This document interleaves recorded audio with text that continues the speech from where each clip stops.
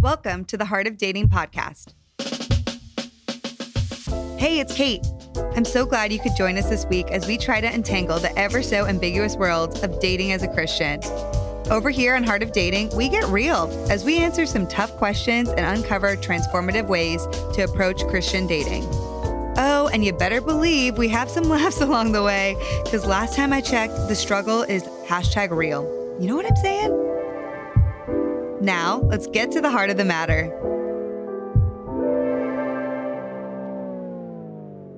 Hey, what's up, you guys? It's your girl, Kait Warman, and we are here with a Heart of Dating bonus episode. Let's go. If you're watching on YouTube, I am wearing a bright red lipstick right now. I never wear lipstick. This is so much fun. You're going to have to go on YouTube to see it.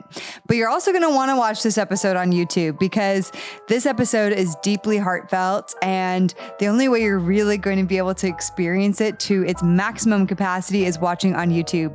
Because today, JJ and I are talking all about our engagement story. We're telling you guys how it all went down, how we planned out the process, or really JJ planned out the process, and what he actually planned. And honestly, it was the sweetest, most truly special day of my entire life to date. I will never forget it. And if I could put into one word what I felt that day, it was that I felt completely seen. JJ built the most thoughtful proposal. And he didn't actually spend a lot of money doing it. He just used a lot of thoughtfulness. And so today we want to tell you about that story. We want it to encourage you. For the guys listening, hopefully this helps give you some pro tips on how to make an awesome engagement without spending all your money. But we haven't shared our story, so we're just so excited for you guys to hear it. So without further ado, this bonus episode telling our engagement story.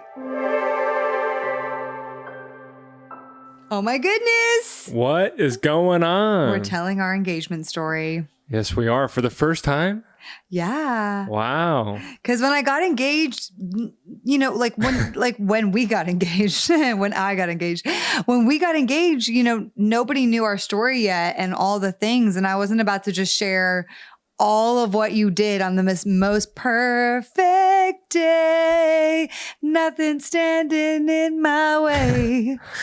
See, I'm telling you, I tell Kait all the time, she has a great voice. No, I don't. No, that was great. Thank you. If you can tell me that reference, leave it in the comment section on YouTube if you're watching this right now. But okay, I didn't want to tell everybody about this perfect day in the beginning because I wanted them to get to know us first and get to know our story and then just see how special it was for our engagement. Oh my gosh, honey, we have to tell them about the I love you thing too. Oh my gosh. Okay. Lot to unpack here. Wow. I'm going to cry. It was a big day. It was a very big day. And I think there was a lot leading up to it. That's why. Yeah. So we're going to tell you before the day, planning, and then the day of. And we're going to tell you as much as we can in this short mini-sode bonus episode. I think the objective is if you're a guy, it gives you a good framework to use for this engagement day. And if you're a girl, it gives you some very good practical tips.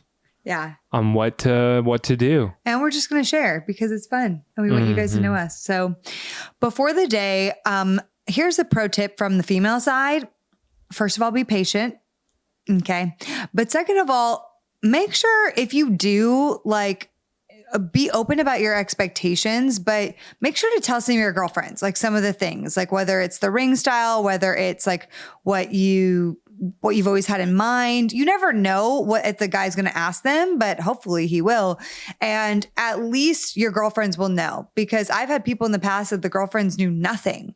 And I was like, that's really weird. Like, why haven't you told your girlfriends? And so, tell your girlfriends, and a smart man will consult your girlfriends for the guys listening. Right, babe? Well, and since we're all smart men listening to this, consult their girlfriends. Yeah. It's the best way to do your research, to do your detective work, consult the girlfriends. Yep.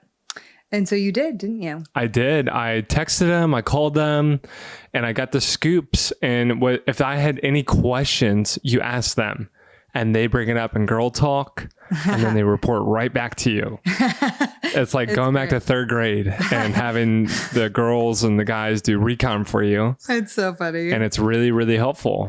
You want to tell them about the ring process? So the ring process, we did go ring shopping a few months in advance of engagement. For me, I worked in fashion. Like, I have a specific aesthetic that I like, and I had never tried on diamond rings before. And so I was like, I really want to see what I even like, because every person's finger and their aesthetic is so different. I wanted something that looked good on my finger that also was timeless. And actually, I had an idea of what I liked, but we went with something totally different. We went with a cushion cut, which was something I saw, an elongated cushion, I should say, which is something I saw at the end of one of these appointments we went to. I saw someone else trying on this ring and I was like, that looks interesting. And I had thought I figured out that I wanted like a radiant cut or whatever. And then I was like, I just want to go try on that one. And so I did. And as soon as I tried on the elongated cushion, I was like, oh, I love this one. And I could never go back. Should we tell them about what we did on Rodeo Drive? Yes. Oh, that was so fun. That was so fun. And it was funny because we go to Rodeo Drive. I've never been before. I've only heard about it in TV shows, music, movies. Oh, I love this. Well, we walk into Tiffany's like we were supposed to be there. Yes. And we made an appointment. Yeah. Make an appointment. And then they bring out the champagne and then you just look at rings. Yes. And the biggest thing is just pretend like you belong there, even though we both knew we didn't. And, actually the good part about it is they educate you on a lot. They really do. And to be honest, though, the way it works now, I guess we can do some education in this too, because there's a lot to learn. The funny thing about the ring business is Tiffany's, Cartier, all these old fashioned guys who've been around for 100 years, they actually, from a selection point of view, don't have a lot to offer. They have their signature offer. And then they boast about how amazing the diamond is that you're buying. But nobody's going to be pulling out a magnifying glass. Nobody's going to be really caring about the clarity of it. Clarity, the 4 C's. These guys have really refused to making custom rings. And the way it works now with Instagram is by the time a girl gets engaged, she already knows what kind of ring she wants from looking at diamond rings on Instagram for years and years. Yeah. And the best companies, which is, we'll tell you, Brilliant Earth, in our opinion, there's a couple others. They do lab grown diamonds, which we're big fans of. And they literally have a ton. It's all ethical. Yeah, they have a ton of selection. It's grown in a lab. There's no difference between. There's literally no difference. I've taken the ring because mine is a lab grown diamond. I'm not afraid to say that. And I've taken it to jewelers that look under a microscope. You cannot tell. The only very small difference sometimes that you can see in an earth grown diamond versus a lab diamond is some of the air bubbles from carbon dioxide, because that happens in the earth, but not every diamond even has those. And you really can't even see them. It's so ridiculous. You cannot see them with the blind eye, and jewelers can rarely tell the difference. It's just the biggest difference is one's grown in the earth and one is grown in a lab. On a molecular level, it's the same thing. It's the same. It's the exact, they're both rocks. And if you want an affordable option, no, this is not sponsored by Brilliant Earth. No, we should have asked we're just trying to save you guys a lot of money. Yes, because you can get something nicer at like much better rate, 1/3 the cost. Absolutely. I would say. Yeah, probably about 1/3 of the cost. Yeah. So, and Brilliant Earth will literally say, if you can't find the one that you like of their thousands of choices, they will literally say, just send us a picture and we'll make it. Yeah. And you have to be specific because I won't tell you guys about that part, but they did mess up some things and that's okay. Just as a side note, just show them. If your diamond is too big for the setting, I have a big diamond. It'll topple over. I have a very thin band and a big diamond, which I wanted. Yeah. But they didn't consult JJ about how thick the band should be with the ratio of how big the diamond is and how high the diamond is. Just think about it like physically. It's a really heavy weight on a very tall stand with a very thin band. So there's just not a lot to support it. So I actually, for my band, I'm going to have 2 bands, one below, one above. And I love my ring. I love my ring, but Brilliant Earth should have told JJ that. And that's okay. That's part of just dealing with the internet company. Sorry. Yeah. They're just going to do exactly what you said. Yes. So he created like one that I found that I loved at one of the first jewelers we ever went to, that I fell in love with, where I like caught eye of that one this other woman was trying on, and he basically created that one. Yeah. It was super easy. Yeah. Super fun.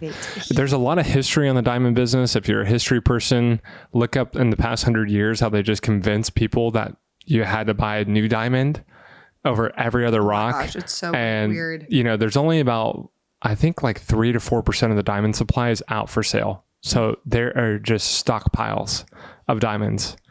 Because they're kind of worthless rocks. They're shiny rocks that are great for drilling and cutting. But besides that, that's it. Tell me that. So, but it's just funny. Yeah. Anyway, so that was a mistake, but I hope that helps you guys and girls on the diamond part of it. Yes. Now we're going to talk a little bit about another mistake I made. Okay. This is another mistake. So gearing up to engagement, guys need to watch their words. Okay. Oh my gosh. Nothing gets by me. Nothing gets by many women. In December, we were just talking about engagement. You know, we're in pre-engagement counseling. We're coming up to the end of it. It's nearing the new year. My conference is in February, just all these things. And so, JJ, we were just talking about like potential timeline, like kind of loosely. And JJ made this comment. He said, well, it'd probably be easiest if we were engaged by conference, period, dot, end of sentence. Literally took that phrase, that sentence, put it stockpiled in my brain. I said, oh, conference is in 6 weeks. I have 6 weeks to prepare myself. And I was like, I did not forget it. Okay. Stockpiled in my brain. Yeah, they have the most amazing brains when it comes to timelines. Just timelines in general. My advice to guys is just don't say timelines. Yeah, when I'd like to be in a relationship by, when I like to be engaged by, just don't say it. You can have an idea of it in your head, but if you do say it, they will remember. Yeah. So I had this little stop date. I had to propose by a certain date. In her mind and my mind, I didn't have to, but it was the easiest and best way. So to not ruin the surprise, here's a great pro tip as well. If you're kind of in this situation where it's definitely possible it's going to happen, but you don't want to ruin it, and it's over the course of 2 months, 3 months, 4 months, just ask her to do her nails on like 4 to 6 times in that 3 to 4 month period. Yeah, like space them out by every couple of weeks and just make sure that she's getting them done. Yeah. So that way, because that's always the thing that ruins it, right? A girlfriend is like, hey, do you want to go get your nails done? I've done it for so many girlfriends. And then the girlfriend's like, what? I never get my nails done with you. Why do you want to get your nails done? Exactly. And it ruins it. It totally ruins it because then you're like, oh, now I know. And I didn't want to know. So I was like, babe, that would be so great. Like, I need to have my nails done. My nails only last. They only look good for this amount of time. So then he scheduled calendar appointments. I scheduled 4 over the course of 8 weeks? 2 months. Yeah. So that's a good pro tip. If you really want to keep it a surprise, just schedule out 4 of them. I didn't even pay for them. I just made her go, which I think was a great excuse for her to go get her nails done. She loved it. Yeah. I mean, I wanted to get them done. I was like, I got to be prepared. I mean, you had to. Exactly. But actually, funny story is the night before he proposed, I was so tired, exhausted. It was the week before conference. I almost didn't go. But then I remembered the calendar invitation. I was like, and I remember what he said. It would probably be easiest if we were engaged by conference. And I was like, I got to get them done just in case. And I think you were saying that. And I was like, what can I say? You know, the day after it's going to happen. So I'll tell you guys about the planning part. This part was really fun for me. I'm not a big planner, but this part was super, super fun for me. Once I got an idea of what Kait wanted from her friends, I basically had, the things that I needed to deliver on, but more importantly, could get really creative on. So I knew going into it that she wanted to have, something with friends involved, some kind of thing involving Disney and where our first date was. And then from there, it was really like kind of up to me. Yeah. I think the spot, what was really nice was she didn't have a specific spot that she wanted to get married at. Or engaged at. Sorry, yeah, engaged at. So I could get really creative to find a really, really cool beach spot or overlook spot on the coast of California to pick where I was going to propose. Because we didn't have any sentimental value to the spot where we got proposed, but it was beautiful. And I did some recon and research at sunset to make sure that that was a great spot to pick. So I started socializing that once I bought the ring right after Christmas.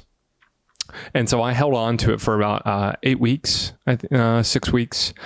And from there, I just had to pick out a date. Fortunately, I got really lucky on my date because we had some unfortunate circumstances. And if I picked any other weekend, it would have been really bad.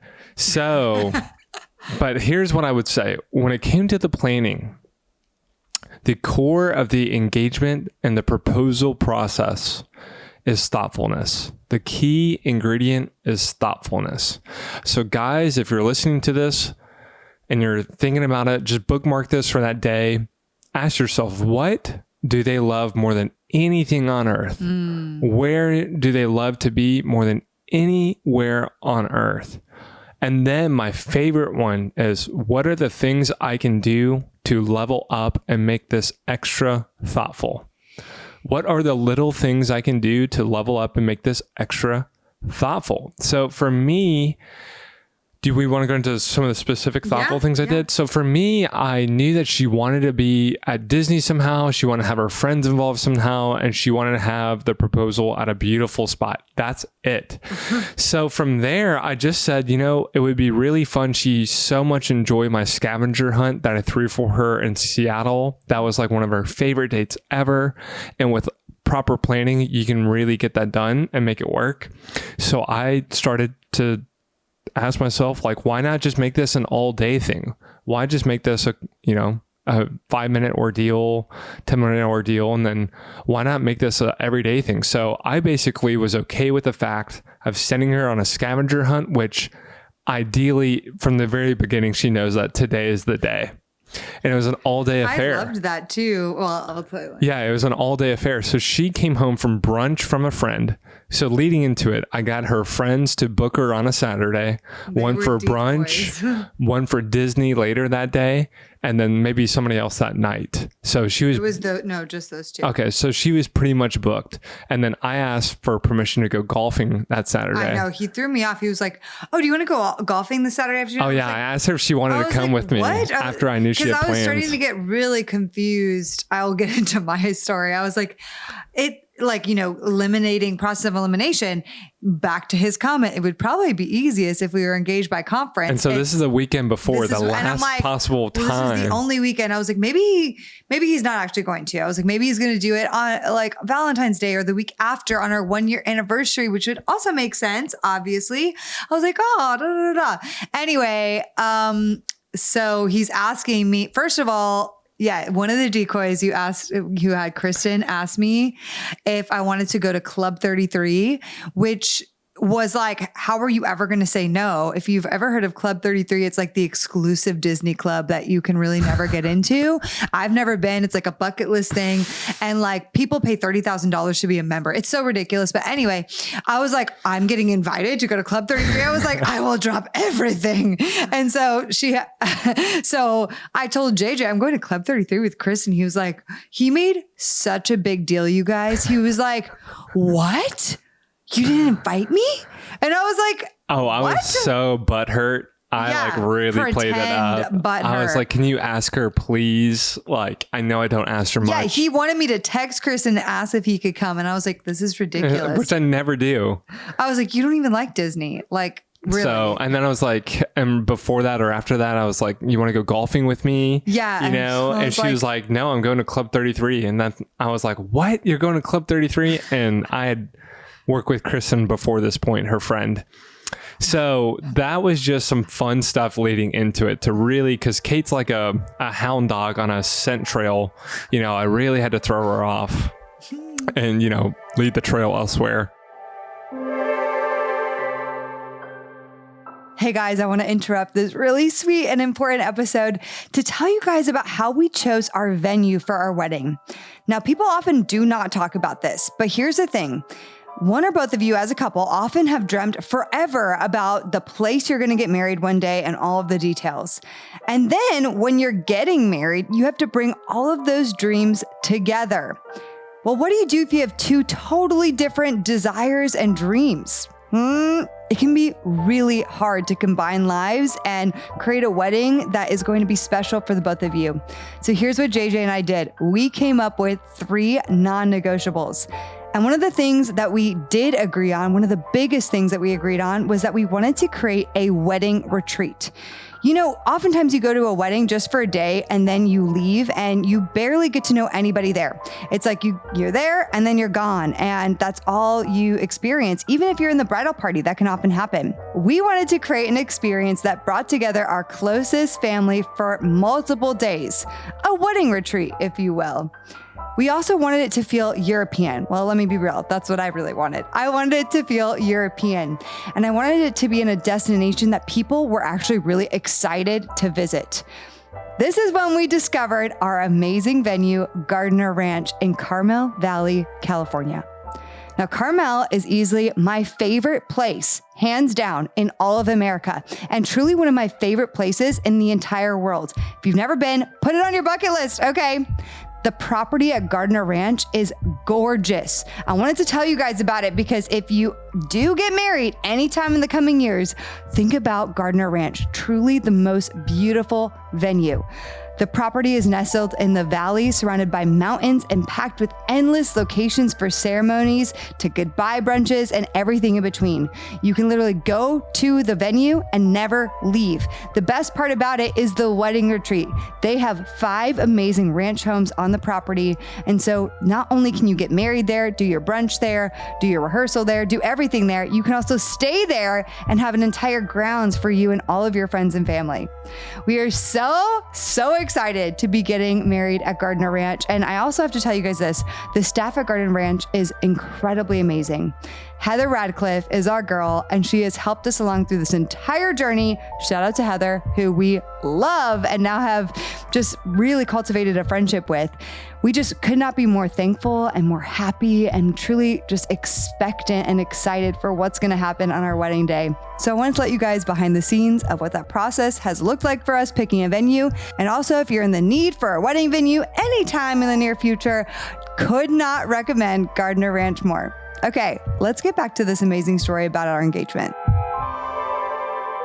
As I planned this day, I knew I wanted to do a scavenger hunt style where I highlighted really important spots in our relationship that she could drive to. That's not crazy far. So I picked our first date spot, which also doubled as Disney. I picked our 6-month date spot where we basically agreed that we wanted to move forward towards marriage. Yeah. We're not agreeing to getting married, but we agreed that this is a great trajectory and we are moving towards marriage. Yes. Which is not to be confused. And then, because Kate started talking wedding plans after this, I'm like, honey, did I propose? Anyway, so that spot was really fun because that was this was a fun date. I can quickly tell you guys. I borrowed a friend's truck. I put a mattress and a bunch of blankets and pillows in the back of the pickup truck. And then we parked underneath the airport to watch planes take off. Like we were right underneath them. Cool. So we did a big picnic. It was super, super cool. But as a side note, it's super, super loud. You kind of forget the part in the movies where the planes are super, super loud. So every 5 minutes, you're like pausing in conversation.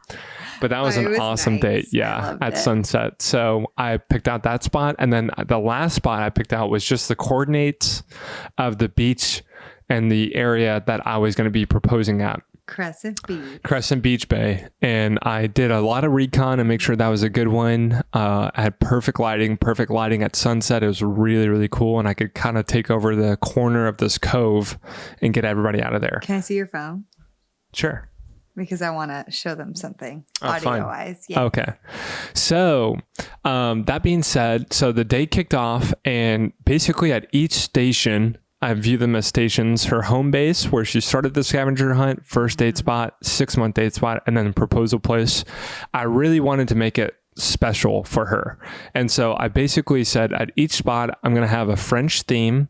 I'm going to involve a friend. I'm going to have a video. I'm going to have a letter, and I'm going to have a scrapbook. And that was a lot, but I had tons of time to prepare. So I just methodically started knocking out all this stuff. None of this stuff is my forte, by the way. Scrapbooking? Are you kidding me? I'm a quarterback who loves golf and outdoor stuff. Scrapbooking. So, but I made it happen, because I want to show them the scrapbook. Yeah. Let me put it this way. And this is for the guys listening, if you're still listening. I don't have a romantic bone in my body. I do not at all. Kait, on the other hand, is like a romantic garbage disposal. She just cannot get enough of it. That sounds horrible. Like a crackhead. So I made the scrapbook here. If you're watching, you got to go on YouTube to see it. I just printed off like 150 pictures and cut them all. I got some French stickers and newspaper clippings from Amazon, and I just made a scrapbook, my first one ever.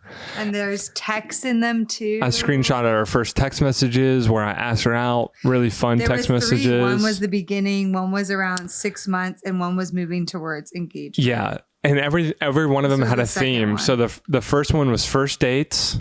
The second one was like getting to know each other 6 months, and the decision we made. And then the last one was, the road towards marriage. Yeah. And each letter had a theme with it. So literally just fun pictures, sweet pictures, romantic pictures, screenshots of text messages. Here's clue number 2, which is always in there with a little message on the back if you can see it. So I didn't stain these letters. They're just all from Amazon. And here's one. Oh my gosh, we have to tell them. So also you wrote on the letters because we hadn't said I love you until engagement. Oh yeah, we just skipped over that. So I love you. I wrote that as like first stage 2 love, and then last one is you, where she's about to get proposed to. And that was very fun because we never said I love you until we got engaged. And the reason why was because Kait had so many men in her life previously tell her that I love you. And I just refused to be another man who said I love you and didn't follow it up with action. Mm-hmm. So I said, until I marry you, I'm not going to say I love you. And so we saved it. That was the first time we said I love you, was when I got down on one knee and proposed to her. And it was so special. It was so sweet because that word gets so lost in the English language. Yeah. I love chocolate ice cream. I love you. I love God. Come on. Everything is so I really want to make sure that Kait knew with everything leading up to that point that I actually loved her, and I would do whatever it took to get to that proposal. So sweet. So it was like a mix of like, first time I'm getting told I love you, and we're saying I love you, and we're getting engaged. There's a lot of feelings. And I had the whole day to prepare. Even JJ had a Google Doc that he sent to all of my friends and to have them review. And it was mapped out hour by hour. And he gave me, with the initial surprise when I came back, that my whole back porch was decorated with photos and French themed stuff in the scrapbook. And my best friend Kristen was there, and my friend Kathleen was with me, who I went to breakfast with. And oh my gosh, it was so sweet. I was like, what is happening? I was freaking out. There's a video of that we may share on Instagram. And then he recorded a video. I'm going to play the video that you said. Is that okay? Yeah, for sure. So this is what he said, so you can hopefully hear it. Let's see. Hey, baby. I know that you think that you're the type A planner in the relationship, but it turns out I have that side to me as well. So I can cry just thinking about the past couple days and how tough it's been. And I know that you're working so hard, and I'm so proud of you. So you tried to fish and guess. I don't know if you actually knew that this was coming, but it's here. And the day has finally come where I get to look at you and say, I love you, and propose to you. So enjoy the rest of the day with Kristen and your friends at each stop. I can't wait to see you at this undisclosed romantic location and get down on one knee and ask you to be my wife. Love you, baby. And that was the first time I actually heard him say, love you. I tear up. Oh. Very sweet, baby. It was. I have so many photos and videos. Okay. Also, the video of, is it in here? Oh, and then you recorded this video for me. Also, every stop, there's a video of my best friends. And at the final stop, the video of my family members. And it was just so sweet. At the final stop, he recorded this video the night before at the actual engagement location. So I'm going to also play that. This was right before she walked down the stairs at the beach to get. So this is the last video she watched before she walked down and get proposed to. Hey, baby. I'm here with your favorite other boy, Mr. Teddy. Right before you walk down, and I get on one knee to ask you to marry me. So I'm so honored, honey, and it's the easiest and best decision of my life. And I'll see you in about 30 seconds. So I love you. I can't wait to say it in person. And you mean the world to me, and I can't wait to start life with you, honey. So the honor's all mine. See you soon, honey. I love it. Very sweet. Oh, it was so sweet. Oh my gosh. It was the best day. I'm now going to cry. Oh, It's so sweet, honey. very sweet. Well, I just want to say, guys, listening to this, thoughtfulness is the superpower to making your future partner feel loved and cherished and pursued and safe and just loved. It is the key ingredient. And this proposal did not cost me much money. It cost me a lot of thoughtfulness and time. And I was so happy to give that. I was so happy to give that. It was so perfect. So thoughtfulness is free for you to give. The time, if it's important, you will make it work. Just make sure you give yourself plenty of time. And then just at every turn, every event, every point, just ask yourself, how can I make this a little bit more thoughtful? How can I level up?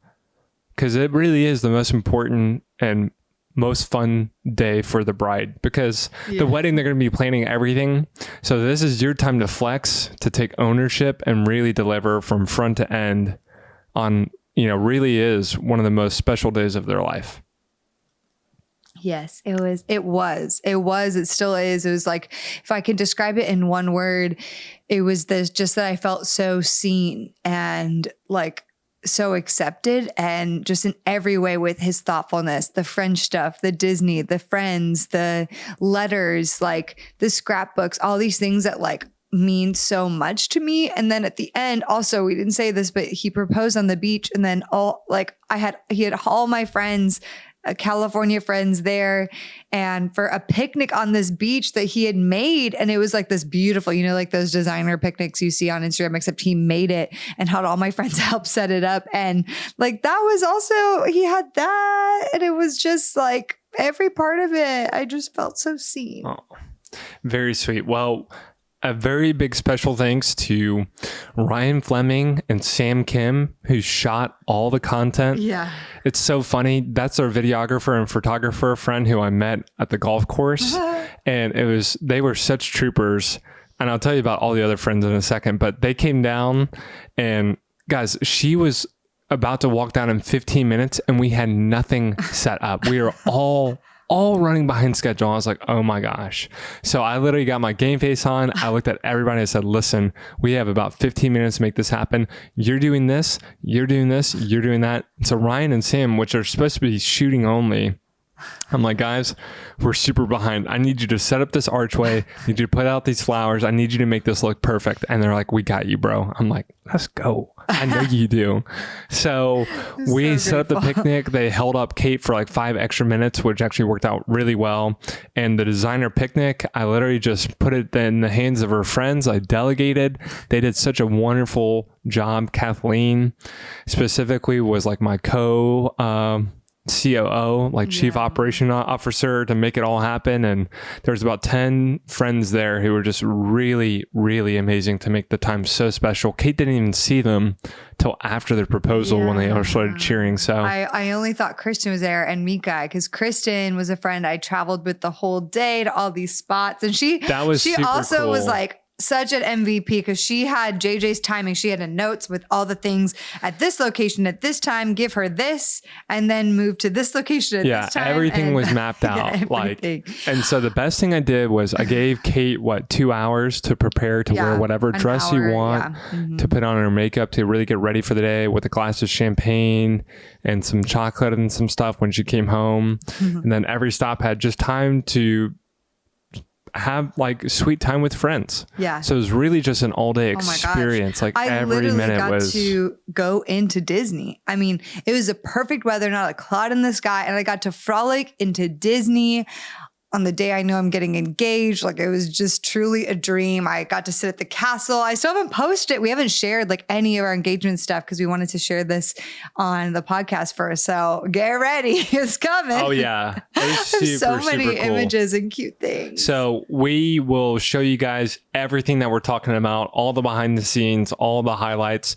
But just know this, like, the most meaningful moments in life have a lot of work, conflict, challenge. Just the more hard work, the more rewarding those moments are. And that journey up until that point, those highlights and everything you see had just so many hours of just conflict, working through trauma, working through things together, like really deciding that like we were going to be each other's spouses through pre-engagement counseling. Like none of it was an accident. I'm going to read the first line of this letter. Okay. Because it has to do with what you're saying. Okay, great. Hello, my sweetheart, from Disney. This is the letter I opened while at Disney.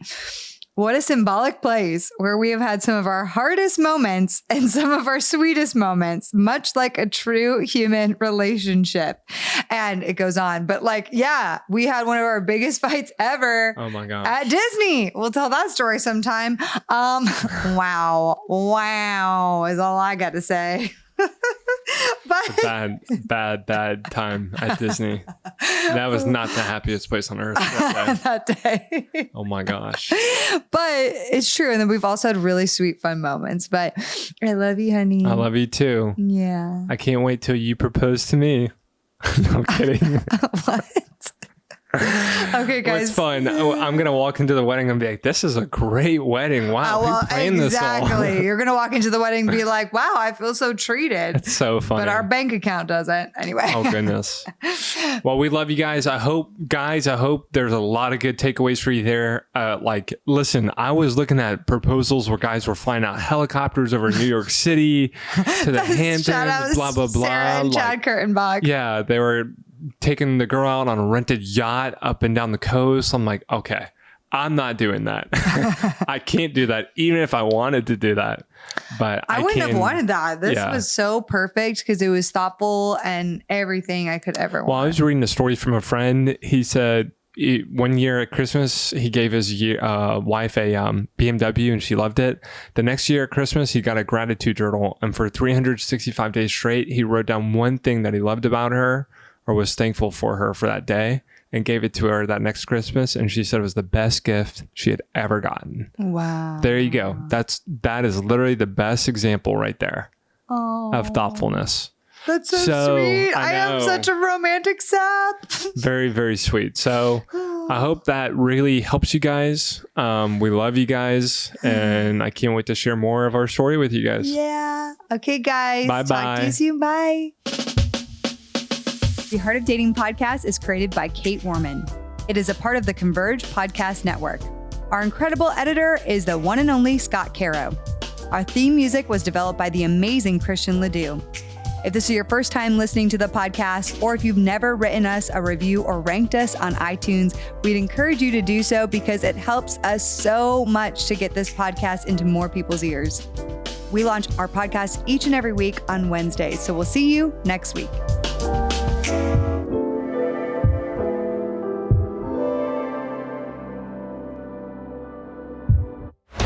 This show is part of the Converge Podcast Network.